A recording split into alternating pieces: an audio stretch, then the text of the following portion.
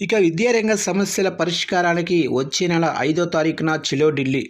ఇక ఉపాధ్యాయ విద్యారంగ సమస్యల పరిష్కారానికి ఫిబ్రవరి 5న నిర్వహిస్తున్న చలో ఢిల్లీ కార్యక్రమాన్ని విజయవంతం చేయాలని అఖిల భారత ఐక్య కార్యాచరణ committee of teachers organisation steering committee సభ్యులు, మాజీ ఎమ్మెల్సీ కత్తి నరసింహారెడ్డి, యూటీఎఫ్ అధ్యక్షుడు వెంకటేశ్వర్లు, ఎస్టీయు ప్రధాన కార్యదర్శి సాయి శ్రీనివాస్, ఆప్టా ప్రధాన కార్యదర్శి మహుదీ కోరారు.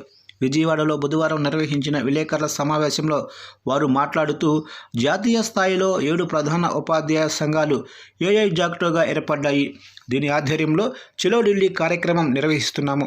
2010 కంటే ముందు నియామకం పొందిన దేశంలోనే 30 లక్షల మంది ఉపాధ్యాయులకు టెంట్ నుంచి మినహాయింపు ఇచ్చేలా కేంద్ర ప్రభుత్వం చొరవ చూపి సుప్రీంకోర్టులో రివ్యూ పిటిషన్ వేయాలి, లేదంటే పార్లమెంటులో చట్టం చేయాలి. కేంద్ర రాష్ట్ర ప్రభుత్వాలు ఉద్యోగులకు పాత పెన్షన్ అమలు చేయాలి. జాతీయ విద్యా విధానంలోనే లోపాలను సవరించాలి. రాష్ట్రంలో SC/ERT సిలబస్కు ప్రాధాన్యం ఇవ్వాలి. పాఠశాలల విలీనం ప్రతిపాదనలను విరమించుకోవాలి. దేశంలో ఖాళీగా ఉన్న 10 లక్షల ఉపాధ్యాయ పోస్టులను భర్తీ చేయాలి. KGBVలు, ఇతర విద్యాశాఖల్లో పనిచేస్తున్న కాంట్రాక్టు ఉపాధ్యాయులను రెగ్యులర్ చేయాలి అని కోరారు.